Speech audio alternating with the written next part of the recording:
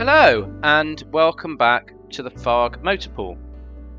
This video is number 2 in a series of 3 and it begins picking up where we ended in our first program.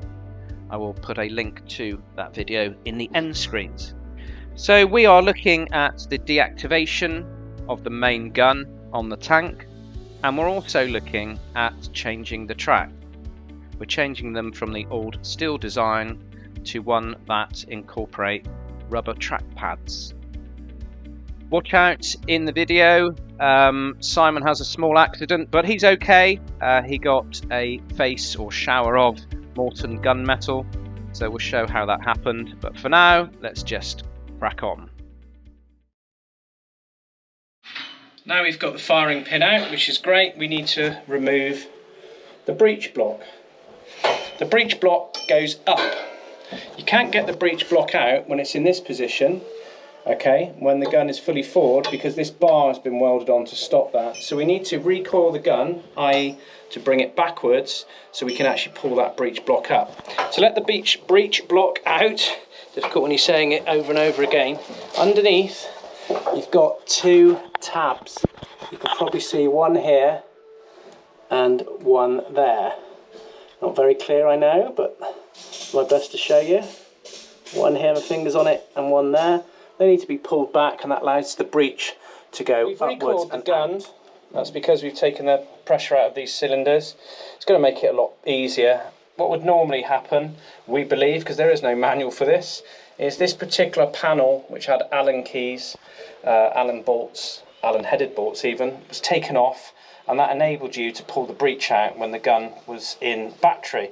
Well, we've got it in recoil because, as I said, we've reduced the pressure, so that means now that this is the breech block coming out from underneath. We release the 2 pins at the bottom, very heavy. Oh, there we go, and it's out. Job done. So that enables us to look down. Now we do need to do further deactivation on this, so we are going to be cutting a hole out of this part here of the barrel.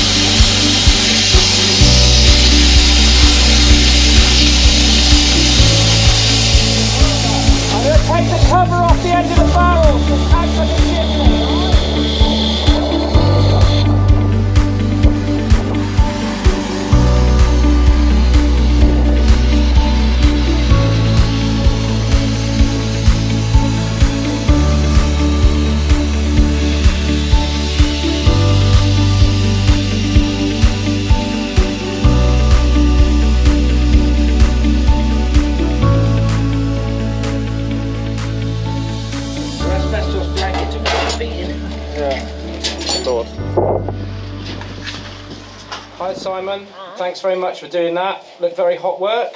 Yes, it was, yeah, but we had all the protective gear, so fantastic. It was a breeze, really. So what size hole we now got in the barrel? 120 millimetres. 120. We only needed 105, so that's absolutely perfect.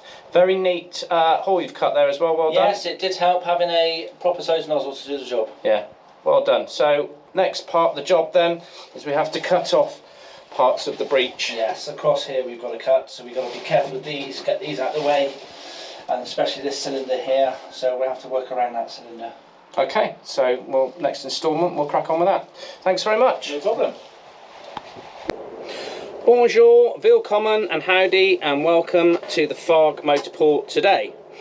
What are we up to? So I'm sat here at the moment at the train station in the venerable Peugeot P4, waiting for my apprentices to turn up, and we're whisking our way off to the unit today, and we're going to be changing the tracks on a tank.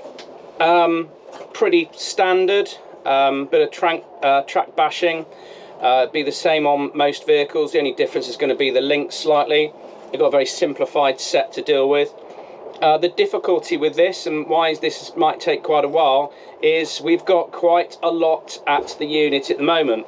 We're running with 5 tanks, we've got 2 armoured cars, we've got 4 Jeeps running at the moment. Here's Ollie now, morning. Alright. So we've got an enormous amount on. Say good morning, Ollie. Good morning.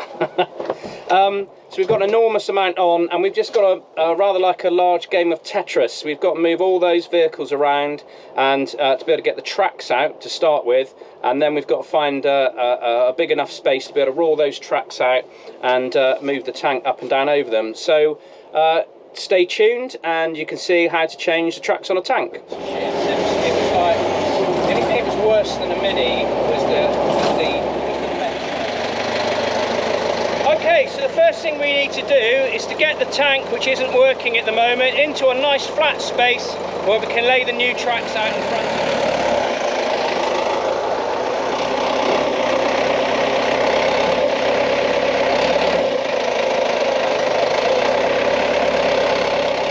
it. Okay, so to pull this SPG out of the tank shed, we need to use one of these towing A-frames.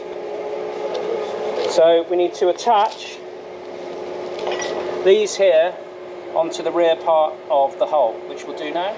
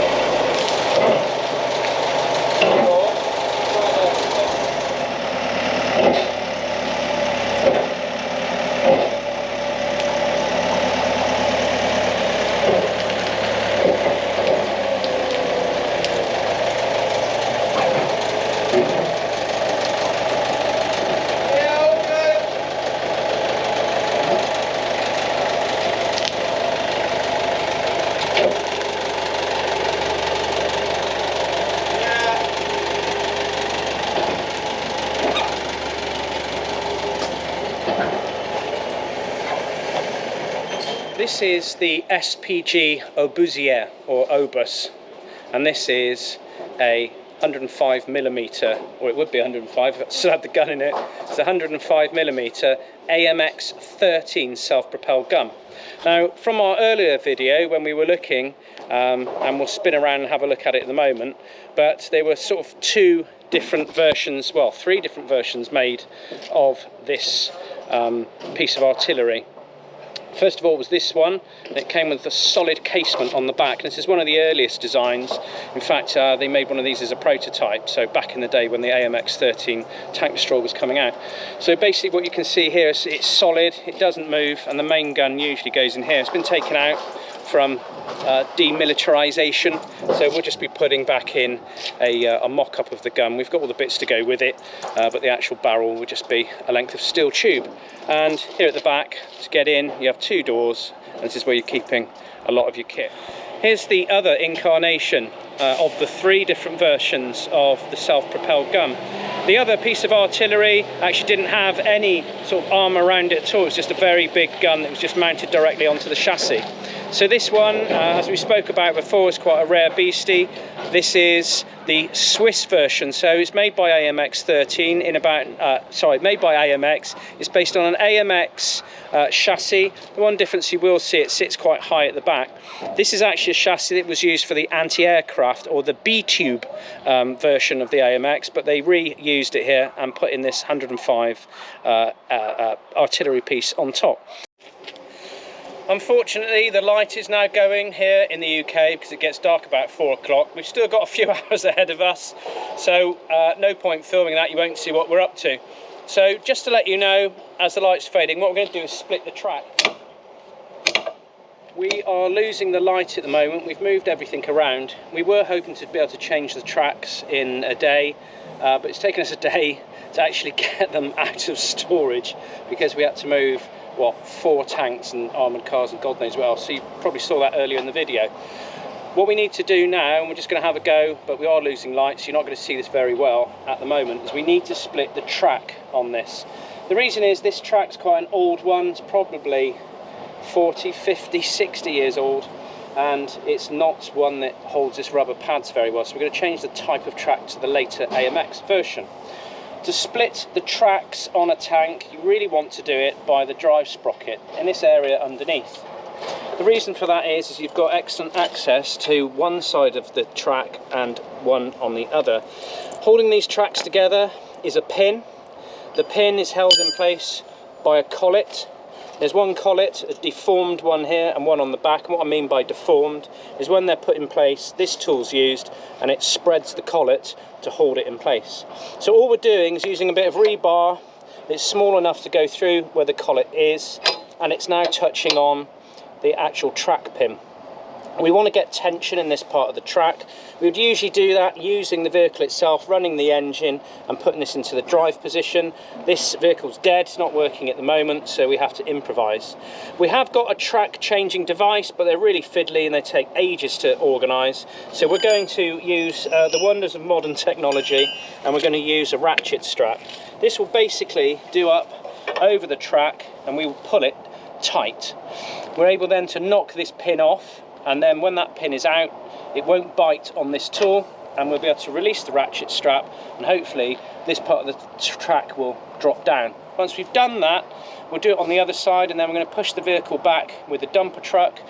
This will actually move in backwards because we've got it in neutral, and then slowly the track will start to disengage from the top of this, and then we need to do a controlled retreat with it, and this track will run back and slowly lay on the ground. And we will move the entire vehicle back on the tracks that are now laying on the floor. So that's the plan. The best laid plans of mice and men do often go astray. So hopefully that's going to happen and it's not going to run away. We're on level ground, so it's all looking really good. But as I said, it's getting dark. Last order's in the pub very soon, so we're not going to spend a great deal of time on this. We'll see what we can get done, and I'll see you back here tomorrow, and then we'll finish this off. Ta-ta for now.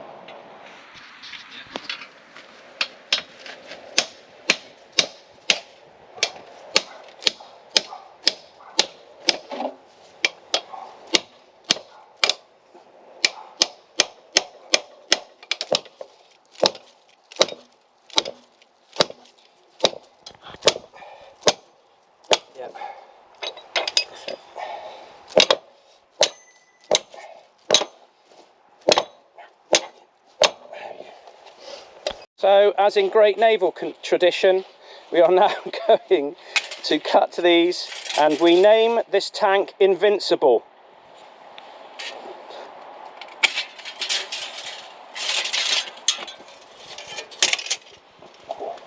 Yeah, okay, they need a bit of lubrication.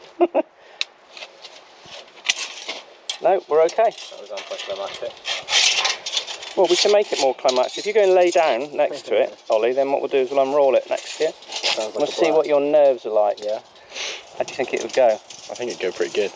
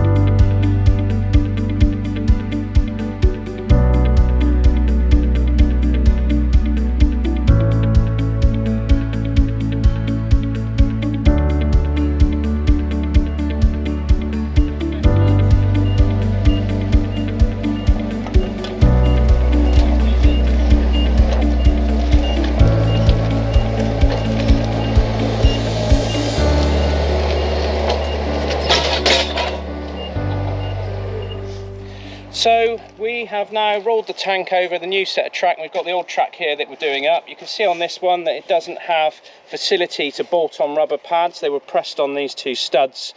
They simply just came off very easily. The studs get bent over and you can't put another pad on, so those are pretty much sort of no good or not fit for purpose. What we have noticed since we were rolling this up, and this would have been on the inside of the track, so you wouldn't have necessarily noticed it, down here the track is actually missing a collet. So you can see these collets, they look like this, and they're pressed in and they hold the track pin in place. Have you got a track pin knocking about? I can. Yeah, it's just up there. So just... Yeah, that's it there. Okay. So this is the track pin. It's a specific type of steel. It's not just plain steel. It's one that's I guess quite flexible. But anyway, these would have popped inside of here through, and the collet would have held it in place. The collets actually come out during use of this track, and that pin is ripe and ready to come out. What worse would happen is it would work its way out. It would get caught on the bodywork as it went round and bend the end of that pin over. So it was actually good news that we took this track off, because we possibly wouldn't have seen that if it was on the inside.